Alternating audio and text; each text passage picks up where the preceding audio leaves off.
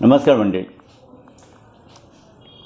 माणसाने शिकाल तर वाचाल असं म्हटलं जातं आणि असं करत असताना आजच्या काळामध्ये शिक्षणाचं महत्त्व फार आहे.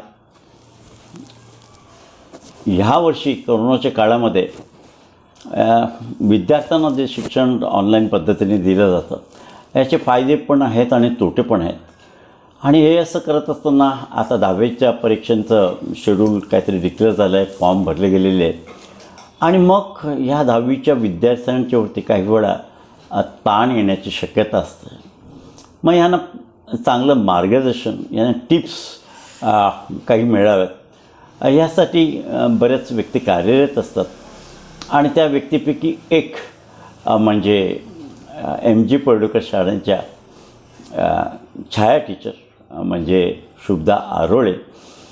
असं असताना ह्या कामी त्या आपल्याला हे गणित आणि सायन्स म्हणजे विज्ञान ह्या विषयावरील विद्यार्थ्यांना थोडं टिप्स आणि गायडन्स त्या देण्याचा प्रयत्न करणार आहेत, जेणेकरून जे विद्यार्थ्यांवरती जो एक तणाव असतो म्हणजे काही पालकांच्यावरती तणाव असतो जास्त, हा थोडा कमी व्हावा या उद्देशाने मी छाया टीचरना विनंती केली आणि माझ्या विनंतीला मान देऊन त्यांनी ह्या व्हिडिओमध्ये विद्यार्थ्यांना मार्गदर्शन करण्याचं मान्य केलं. त्याच्याबद्दल अगोदरच मी त्यांचे धन्यवाद आणि आभार मानतो.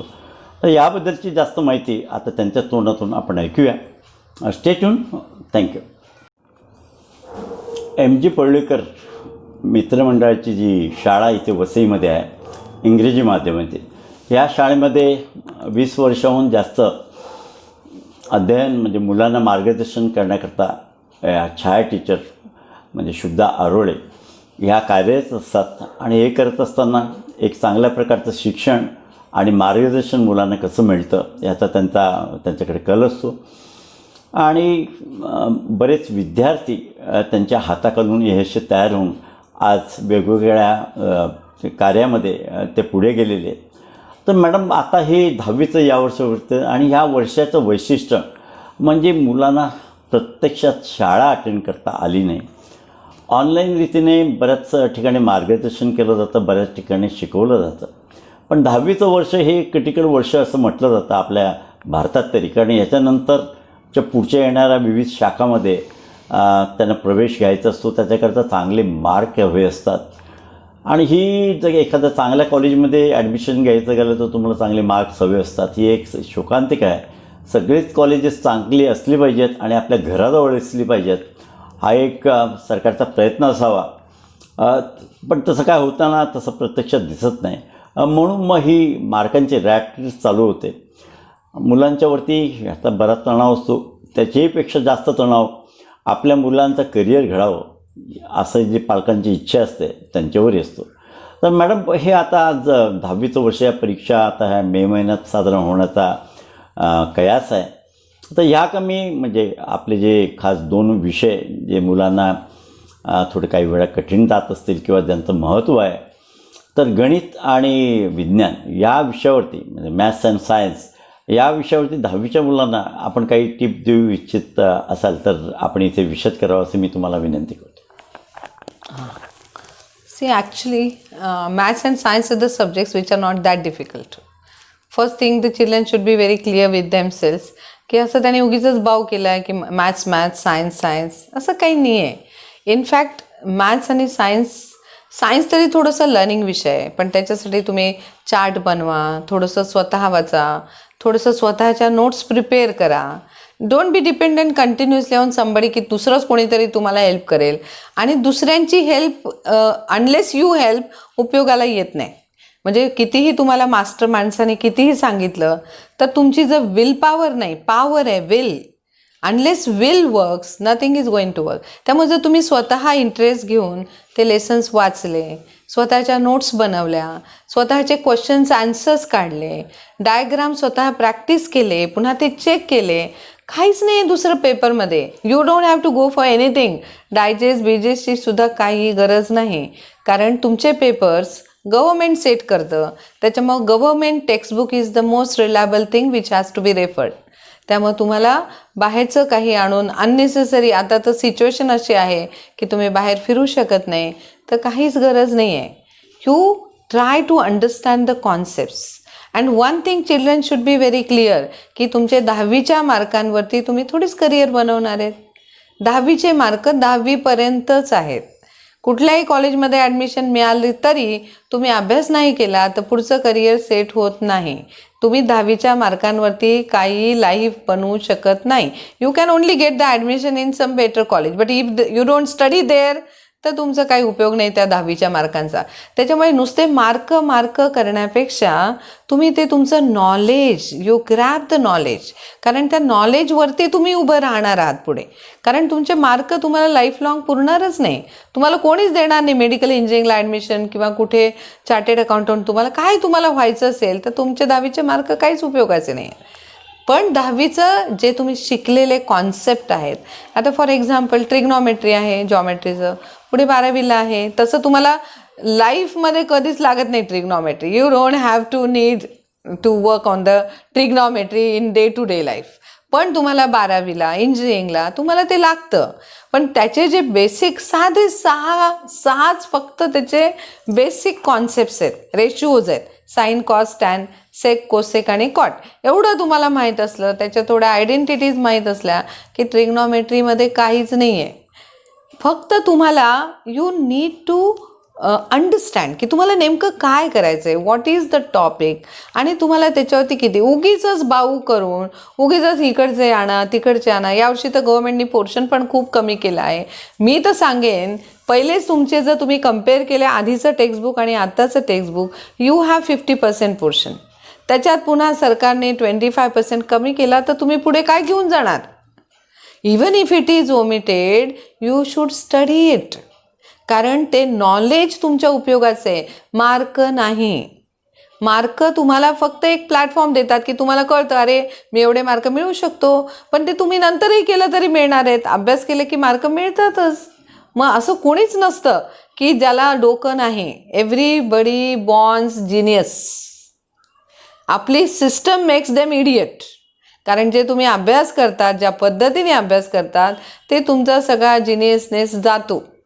and you just become just mug up. You will omit the first word later. After coming out of the examination hall, you doesn't know anything of the subject, but the marks will be out of. I don't think it will work for anybody. That is not the way of studies. तुम्हाला 2% कमी मिळाले हरकत नाही, पण तुम्हाला त्या विषयाचं ज्ञान असणं फार गरजेचं आहे. कारण त्या ज्ञानावरती तुम्ही पुढे उभं राहणार आहेत. तुम्ही 12वी कराल, कॉलेज कराल, मेडिकल कराल, व्हॉट एव्हर यू डू. आता माझी मुलं, मला 3 मुलं आहेत. माझ्या 2 मुली डॉक्टर आहेत, माझा मुलगा इंजिनियर आहे. पण त्यांनी त्यांचंच केलं. ते काय 10वीच्या मार्कांवरती नाही, 12वीत त्यांनी भरपूर अभ्यास केला, पुढे मेडिकलला गेल्यावरती अभ्यास केला, पुन्हा त्यांची तुम्हाला MD वगैरे करायचं असेल, पुन्हा त्याची कॉमन एंट्रन्स टेस्ट आहे, पुन्हा अभ्यास करावा लागतो. कुठे घेऊन जाणार 10वीचे मार्क? पण हे ज्ञान मात्र तुम्हाला फॉर एव्हर लागणार आहे. आणि त्याच्यामुळे तुम्ही त्याच्याकडे मार्क ओरिएंटेड न बघता you study knowledge oriented and enjoy it. आता तर तुम्हाला टाईम आहे, घरातच बसून आहात, कुठे बाहेर जायचंच नाही आहे, क्लासेस नाही, काहीच नाही. वाचा ना textbook, try to understand the concept. उलट तुम्ही डे टू डे लाईफमध्ये सायन्स आहे, ते इट इज सायन्स. तुम्ही डे टू डेमध्ये बघू शकता, you can practically see it. आणि जेव्हा तुम्ही ऑडिओ व्हिज्युअल बघतात तेव्हा तुम्हाला ते अजून तुमच्या ब्रेनवरती जास्ती हॅमर होतं. You understand it, that's it. आणि once you understand, you don't need to learn it. गरजच नाही पाठ करायची. तुम्ही ते बरोबर पर्क्युलेट होणार. तुम्हाला झोपेतून उठून जरी कोणी सांगितलं हे मॅथ्सचं चल सम करून दाखव, आणि जेव्हा तुम्ही असे चॅलेंजिंग करतात आणि जेव्हा तुम्ही ते you reach to the answer, तो जो आनंद तुम्हाला मिळतो, you cannot buy from anywhere. You cannot buy. तुमच्याकडे लाखो रुपये असतील तरी तो आनंद तुम्हाला मिळू शकत नाही. त्याच्यासाठी तुम्ही काम करणं, स्वतः प्रॅक्टिस करणं, reaching to the answer by yourself. It is amazing. पण ते तुम्ही केल्याशिवाय त्याच्यात किती आनंद आहे तुम्हाला कसं कळणार? You will never understand unless you do it. जर तुम्ही सारखं प्रत्येक गोष्टीवरती डिपेंडंट राहणार, तुमचं काय होतं, स्कूलमध्ये टीचर लोक करतात, ट्युशनमध्ये जातात, ट्युशन टीचर करतात, पण उपयोग काय, तुम्ही केल्याशिवाय तुम्हाला नाही मिळणार. What you are going to send, it is going to come back to you. It is law of nature, law of karma. So it is law of marks also. If you don't study, if you don't put in, nothing is going to come out. त्यामुळे तुम्ही जर अभ्यास नाही केला, mark मिळणार नाही. आणि असे जर तुम्ही पाठ करून, आय हॅव सीन की मॅथ्ससुद्धा मुलं लर्न करतात. It's so horrible. Theorems learn करतात. Can you learn like this? It is highly impossible. अशाने कशी आवड निर्माण होणार मॅथ्सची मुलांमध्ये? अभ्यास स्वतः करणं. चुकलं तर चुकू दे ना. मी तर मुलांना नेहमी सांगते, जो चुकतो तो शिकतो, जो चुकतच नाही तो शिकत पण नाही. So there is nothing wrong in making mistake, but you should learn from every mistake. You should not repeat the mistake. हां ठीक आहे ना, it's okay. Even if you make mistake, it's fine. पण मग नंतर एकदा तुम्हाला कळलं की ही आपण मिस्टेक करतो, तर मग you should not repeat it. Next time you will be. असंच तर सक्सेस मिळतो. तुम्ही कुठलेही सायंटिस्ट बघा, ते फेल झाले होते कधीतरी, but they are not failure in their life. They have achieved a lot in the life, even though they failed some time. It's life. You will fail some time, that too fine. आणि मुलांनी हे पण शिकलं पाहिजे की तुम्हाला फेल्युअरसुद्धा face करता आलं पाहिजे. जसं तुम्हाला सक्सेससुद्धा you cannot handle. I have seen the children, they cannot handle the success also. So it is, you have to learn. It's a life. तुमच्या लाईफमध्ये कधी सक्सेस असेल, कधी फेल्युअर असेल, तुम्हाला ते सगळं, I would say, rather than going behind the marks, be a very good human being whose all sensory organs are working. You have the sense of everything. You care for the people. You love to the people. You don't hate anybody. That care you take. Don't go just behind the marks. I have seen so many children. They were not so good in the marks, but they have achieved in the life because they learnt life skills. Just only marks, sitting with the books, even that harms your health also. You should know to go to play. Play with students. You know, sports can give you lot of values. You learn cooperation, you learn team spirit, you learn lot of thing in that. So you should not sit one place and just looking at book, and you will feel bored also. If you have a break of 1 hour, come back. You will have more spirit to do it, and you will do better. Continuously at a stretch, you cannot perform. After all, we are human beings. कधीतरी तुमची कपॅसिटीला हे होऊ शकतो. So it's fine. थोडंसं change आणि learn life skills. Don't learn only the subjects. तुम्हाला आलेल्या माणसांना चांगलं ट्रीट करता आलं पाहिजे. That is also the skill. I have seen the children, if somebody comes your house, they are not even looking at the person.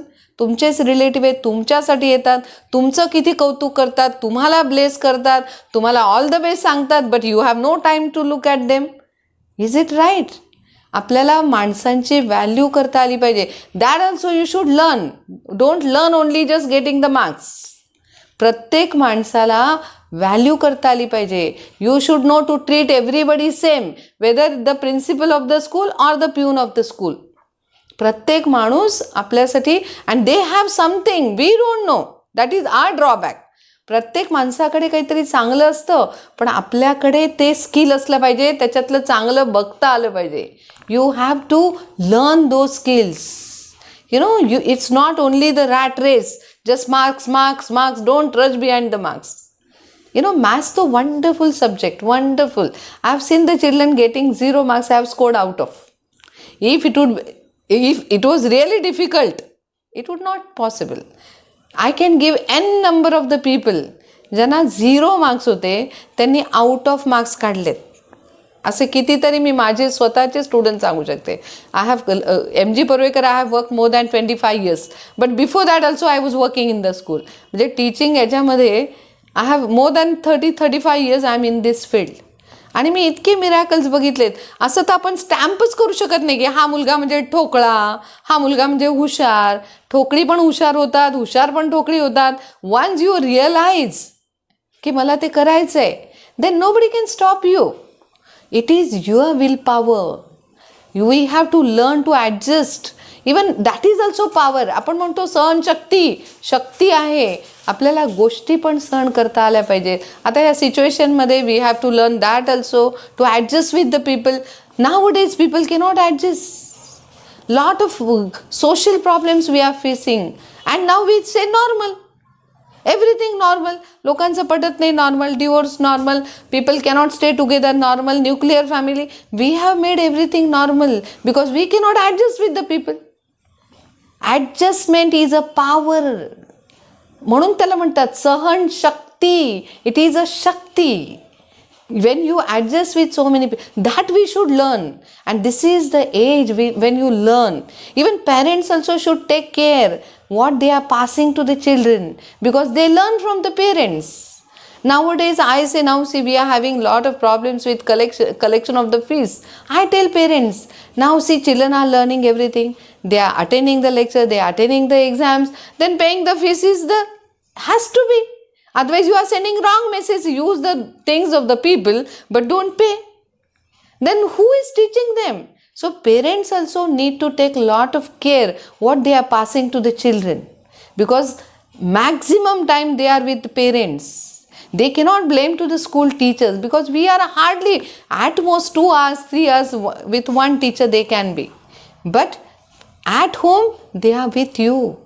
So you have to give lot of confidence to the children. Don't say तुला जमतच नाही, तुला येतच नाही. Then they think की खरंच मला जमत नाही. We know parents' role is so important. You have to develop their confidence. You tell, even if the child is getting less mark, tell ठीक आहे आता मिळाले ना, next time you will take out of. You will get out of. You can do the best, and I'm 100% confident. The children, if you give that confidence to the kid, they can 100% do it. And this is not I am just saying in the air. I have seen it. पण पालकांची खूप मोठी जबाबदारी आहे. तुम्हाला माहिती का, परीक्षेला जाताना सुद्धा त्यांना एवढा कॉन्फिडन्स असतो की तू हे नाही केलं असणार, तू असंच नाही केलं असणार. दूध देतात प्यायला जाताना, त्याच्यात एवढी एनर्जी भरतात की ह्यानी हॉल तिकीटच घेतलं नसेल, ह्यानी पेन्सिलच नसेल घेतली, and the child who was comfortable, ते दूध पिल्यानंतर त्याला असं वाटायला लागतं की खरंच आपण सगळं विसरलो. So this we should not do. We being a parent, आपला खूप मोठा रोल आहे. त्याला जाताना आपल्याला अशीच एनर्जी द्यायला पाहिजे की yes, you are going to do the best, you will get everything. तू बरोबर सगळं घेतलंय, हॉल तिकीट घेतलंय तू. You don't create any negative energy behind. It will happen. I believe what you say it happens, what you think it happens. So we should be very careful. Wisely we should think. Think before when you think. When you say anything, think before, because what you say, what you think is going to happen, because we are giving the energy to happen, because we are saying it will, you are affirming it will happen. So please don't do that. Parents' role is so important. If you say, अरे हा तर मूर्ख आहे, हा काय करणार, याला कधीच नाही जमणार, then the child will start thinking the same. त्याला पण वाटतं हे आपल्याला नाहीच जमणार. Then how the child will develop the confidence? Even if the child gets less marks, no, it is not forever. Develop that confidence. Children suicide not because they get less marks. They have no courage to face the parents. So they suicide because they know what the parents are going to say later. I have seen the children, those who suicide, they pass in the exam. But they are not going for that because of marks. They are going, they think की त्यांना वाटतं आता घरी गेलं की आपलं काहीतरी होणार. He is going to say something, and that age is different. They are going through very crucial stage of their life. That time their lot of principle, values, morals, they are creating. So that time we have to give them support, help them, tell them what is right, what is wrong. Even if they make mistake, when they are small. आपण लहान मुलांना कसं काही केलं तरी छान छान छान छान म्हणतो. मग ते आपल्याला काही पण सांगतात. मग नंतर साधी गोष्ट पण त्यांनी सांगितली which you feel not right, मग तुम्ही त्यांना मग ते सांगायचंच बंद करतात. याचा अर्थ असा नसतो की ते करत नाही, ते सगळं करतात पण तुम्हाला सांगत नाही, आणि नाही सांगितल्यामुळे थिंग्स बिकम वर्स्ट. त्यामुळे पालकांचा रोल फार मोठा आहे. More than teacher. Of course teachers role is also very important. आम्ही पण स्कूलमध्ये खूप खूप केअर घेतो मुलांची की they should not suffer because of us. पण पालकांनी पण खूप काळजी घ्यावी अशी माझी मनापासून रिक्वेस्ट आहे की मुलं आहेत, they will make mistake because they are learning. It's life journey. So they are just step in to that. So we need support. We have to give support. We at this age also we feel somebody should help me. थांबू का?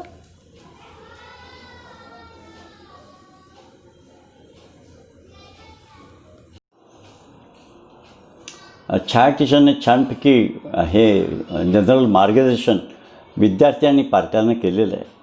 Failure is not ultimate. अपयशामधून आपण शिकलं पाहिजे. ह्याच्याकरता चांगलं उदाहरण म्हणजे वैज्ञानिक Thomas Alva Edison.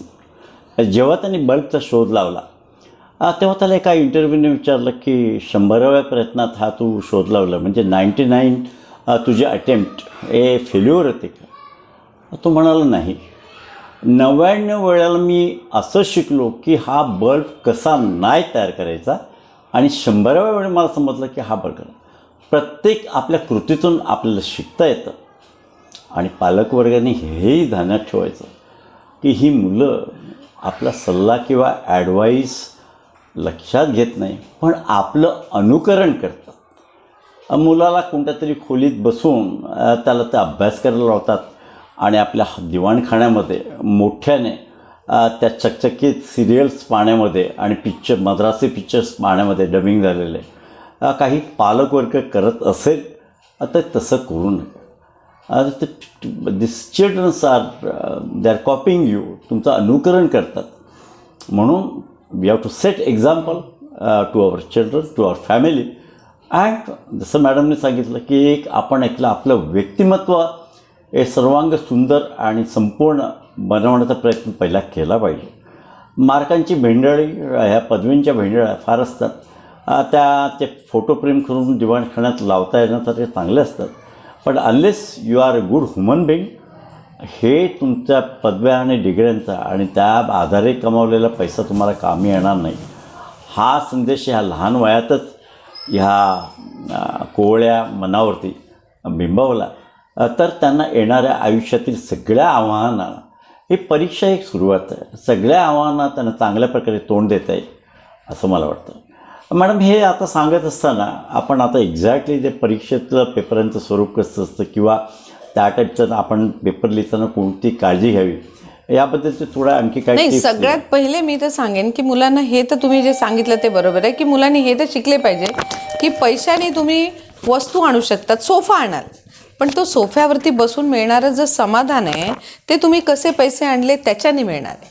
So we have to see that की नॉट ओनली अर्निंग मनी. आपल्याला फक्त वेल्दी करिअर बनवणारी मुलं नाही बनवायचे आहेत. आपल्याला चांगली माणसं पण घडवली पाहिजेत आणि त्याच्यासाठी पालकांचा, टीचरांचा, शाळेचा, सगळ्यांचा रोल आहे, समाजाचा आहे, कारण ते सगळीकडनंच शिकतात.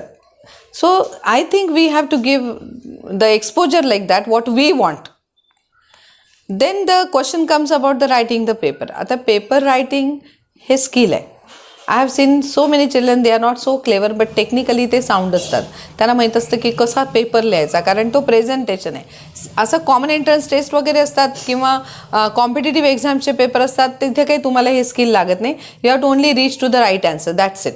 पण जेव्हा तुम्ही बोर्डाचे वगैरे पेपर लिहिता तेव्हा तुमचं प्रेझेंटेशन पण खूप मॅटर करतं. त्यामुळे मुलांनी ते 2, 3, 4 तरी कमीत कमी प्रिलिम्सचे पेपर लिहावे की आणि ते चांगल्या टीचरांकडनं, सगळे टीचर्स चांगलेच असतात ऑफकोर्स, ते तपासून घ्यावे.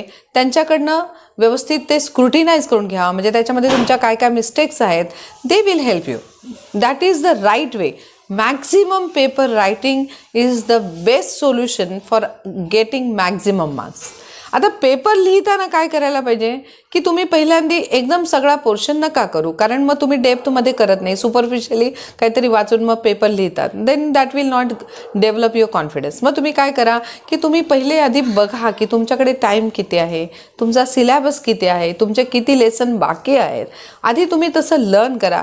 मग तुम्ही 1/4 करा, मग हाफ करा, मग 3/4 करा आणि मग सगळ्या पुस्तकाचा तुम्ही लिहा. असे तुम्ही जास्तीत जास्त पालकांनी पण फक्त पेपर लिहायला लावे. आय वुड सजेस्ट की तुम्ही घरी बसून, कोणी तपासले नाही एखाद दुसरा पेपर तरी काही हरकत नाही, पण पेपर लिहिण्याची प्रॅक्टिस फार गरजेची आहे. 10वी आणि 12वीच्या एक्झाम्ससाठी जितके तुम्ही जास्ती पेपर लिहिणार तितके तुम्हाला जास्ती मार्क मिळणार, याची मी I can give you guarantee. आता त्याच्यामध्ये पेपर लिहिताना अननेसेसरी स्क्रिबलिंग करू नका, उगीच शेवटचा क्वेश्चन पहिले लिहू नका. That shows lack of confidence. तुम्ही जसा पेपर आहे क्वेश्चन पेपर तसंच लिहा. पेपर पहिला क्वेश्चन पहिले लिहा, दुसरा क्वेश्चन दुसरा लिहा. हां, समजा तुम्हाला ऑप्शन आहे तर तुम्ही पहिलेच ऑप्शन लिहू नका, जागा सोडा, नंतर अटेम्प्ट करा. पहिले तुम्हाला जे कॉन्फिडंटली नोज द आन्सर ते पहिले सॉल्व करा आणि मग त्याच्यानंतर ज्याच्यावर तुम्हाला टाईम करावं लागणार आहे स्पेंड, ते तुम्ही ॲट द एंड करू शकतात. कारण तुम्ही जर आधीच त्याच्यावर बसले तर मग तुमचा टाईम वेस्ट होणार, मग पुढते आणि मग ते प्रेशर येणार. मग त्या टेन्शनमध्ये ज्या तुम्ही आयुष्यात कधी मिस्टेक नाही केल्या त्या तुम्ही करणार. त्याच्यामुळे first you solve what ever you know. पहिले आपल्याला जे येतं ना ते पहिले व्यवस्थित इन सिरियल ऑर्डर. आणि जे क्वेश्चन तुम्ही अटेम्प्ट नाही करणार आहे ना, बोर्ड तुम्हाला भरपूर पेपर देतं, त्याच्यामुळे तुमचे काही मार्क काटत नाही. So many years I am moderator of maths, त्याच्यामुळे आय कॅन 100% टेल यू की तुमचे कोणीही मार्क कापणार नाही. तुम्हाला नंतर वेळ राहिला तर तुम्ही ते पुन्हा या ना पाठीमागे. मग तुम्हाला चेक पण करायचं असतं ना सगळे क्वेश्चन तुम्ही लिहिलेत का नाही, मध्ये कुठला टेन्शनमध्ये विसरला तर नाही. So that care you take. पण ह्याच्यासाठी जर तुम्ही आधी भरपूर पेपर लिहिले असतील तर तो प्रॉब्लेम तुम्हाला फेस होणारच नाही. दुसरी गोष्ट म्हणजे आय वुड सजेस्ट की तुम्ही, आता मॅथ्स म्हणजे काय असतं, इट इज जस्ट ॲप्लिकेशन. तुम्हाला प्रॉपर्टीज आणि थेरम माहीत असले की ते फॉर एक्झाम्पल तुमचा पहिलाच थेरम आहे, if a line is drawn parallel to one side divides other two sides in the equal ratio. आता याच्यामध्ये काय आहे की तुम्हाला साध्या गोष्टी असतात. तुम्ही आय डोंट अंडरस्टँड की मुलं एवढी का पॅनिक होतात. Just if a line is drawn, if नंतर जे आहे ते गिवन आहे, देन नंतर जे आहे ते टू प्रूव्ह करायचं आहे आणि whatever you prove you have to apply. That's it. म्हणजे जेव्हा तुम्हाला if you see a parallel line, if a line is drawn parallel to one side divides other two sides in the equal ratio, that's it. मग तुम्हाला कधी पण 2 line ट्रायंगलमध्ये parallel दिसल्या की दुसऱ्या 2 डिवाइड करायच्या, दॅट्स इट. त्याच्यामध्ये काही रॉकेट सायन्स नाही आहे. It is so simple and easy. We make it complicated, unnecessary, and there are lot of factors who are interested for themselves. They are not interested in you. So they are creating the picture like that it is something very difficult. I can 100% tell you there is nothing. It's so simple and easy. Little efforts also can give you out of marks. Only you have to be on track. जे करायला पाहिजे तेच करा, जे पुस्तकात आहे तेच करा. अननेसेसरी उगीच काहीतरी करत बसू नका. तुम्ही जर कॉमन एंट्रन्स टेस्ट वगैरे असेल तर तुम्हाला करावं लागतं आउट ऑफ टेक्स्टबुक. बोर्डाच्या एक्झामला याची काहीसुद्धा गरज नाही आहे. जे तुमच्या पुस्तकामध्ये आहे सॉल्व एक्झाम्पल सॉल्व करा. मुलं खूप वेळा काय करतात, सॉल्व एक्झाम्पल करतच नाही. त्यांना वाटतं सॉल्व केलेत कशाला करायचं, पण तुमच्या एक्झाममध्ये सॉल्व एक्झाम्पल्स येतात. If you have not gone through once also, if you have not done, you might not be able to do it. त्याच्यासाठी तुम्ही आधी थोडी प्रॅक्टिस करा. Maths is such an wonderful subject. मी तर मुलांना नेहमी सांगते की तुम्ही बोर झाले की मॅथ्स करत बसा. That will recharge you. आणि तुम्हाला आणखी एक गोष्ट सांगू शकते की मी ड्युरिंग एक्झाम काय असतं, एक्झामचा जो पहिला आधीचा महिना असतो तेव्हा काय करायचं, तुम्हाला ॲट अ स्टेज बसावं लागतं. अभ्यास न करता कोणालाच मार्क नाही मिळत. तर मग तुम्ही काय करा की तुम्ही आत्ता मॅथ्स केलं तर मग सायन्सचे डायग्राम करा, मग जॉग्रफीचे मॅप भरायचं करा. So you change in the work just will give you lot of pleasure. तुम्हाला असं वाटणारच नाही की तुम्ही ॲट अ स्टेज खूप अभ्यास करताय. जर तुम्ही सारखं 1-1 तासाने थोडंसं चेंज करा की तोच सब्जेक्ट खूप वेळ करू नका, देन इट इज बोरिंग. तर तुम्ही मराठी केलं त्याच्यानंतर मॅथ्स करा, मॅथ्स नंतर सायन्स करा. असं तुम्ही तुमचं स्केड्यूल बनवा आणि you strictly follow it. You know, if you plan well ना तर कुणालाही, मी तर तुम्हाला किती एक्झाम्पल, एका मुलाला तर 43% होते आमच्या तिकडचं. I will not take the name. He has got 89%. He himself was shocked की टीचर 43च्या उलटीच्या वरतीच्या कुठे गेली teacher. So I said it is you have only written the paper, how can I say anything. So it is you only can do it and you 100% can do it. I can 100% assure you. मी तुम्हाला असे किती मुलं सांगते की ज्यांना pass पण होईल असं नव्हतं वाटलं. तुम्हाला सांगते, माझी स्वतःची मुलगी MDला महाराष्ट्रात पहिली आली, तिला याच्याकडनं गोल्ड मेडल मिळाले मुख्यमंत्र्यांकडनं. Before going the paper she use to tell me, आई प्रे कर मी पास होईल, प्रे कर पास होईल. I use to sit in Ganpati temple तिच्यासाठी. And then when the results come I use to tell, आई विद्या तू काय सांगते ग. You know it's like that. आपल्याला असं वाटतं, but it is not like that. You can 100% do it. Anybody can do it. My children too, I have grown like that only, and they have wonderfully done. I never used to be behind की इतकेच मिळाले पाहिजे. I have seen the parents, ते स्वतःच्या मुलाचं न बघता दुसऱ्यांचेच रिझल्ट बघतात and start comparing. Comparison and competition are the enemies of the life. Don't go behind it. Just whatever you have, no everybody has the potential to do something. So whatever you have, you just do it best. Be honest doing that. You know, God help those who help themselves. This always you remember. So first help goes from you. Unless you help, nobody else in the world can help you. त्यामुळे मुलांनी स्वतःला help करायला पाहिजे. Anybody can do it. Anybody. Just you remember this. कधीच स्वतःला under estimate करायचं नाही. कधी स्वतःला असं सांगायचं नाही मी करू शकत नाही. If you say it will happen. मग तुम्ही करू नाही शकणार. जर तुम्हाला करायचं आहे, you want no out of marks, you will 100% get it. पण ते स्वतःला तुम्ही सांगायला पाहिजे, yes I can. Never say I can't. If you say I can't, you will not be able to do anything in your life. And then that will become your personality. Then you won't be able to, now you are talking about the marks, in future you will not be able to do anything in your life. So don't be like that. Say yourself, yes, I can. It's okay, fine. Somewhere you are there, minus plus is the life. So don't be afraid of it. आपण काय मरायचं म्हणून जगायचं बंद करतो का? नाही, जगतोच ना आपण. प्रत्येकाला माहिती प्रत्येकजण मरणार आहे, म्हणून काय आपण जगत नाही का? It's like that. कधीतरी कमी पण मिळतील मार्क, कधी जास्ती पण मिळतील. इवन कमी मार्क, आता नाव corona has taught us so much. Had we thought of it? Never. Nobody has thought. पण it has, in fact it has taught us so many values. People are together now, family is together, parents are together, children are getting their parents now work from home. Lot of things have come up. So every coin has both the sides. We should learn to see only the positive side. Then your life becomes positive. And you know what is today? Tomorrow is not today. It will be different. Day after tomorrow will be different. So don't get entangled. Past is past, over.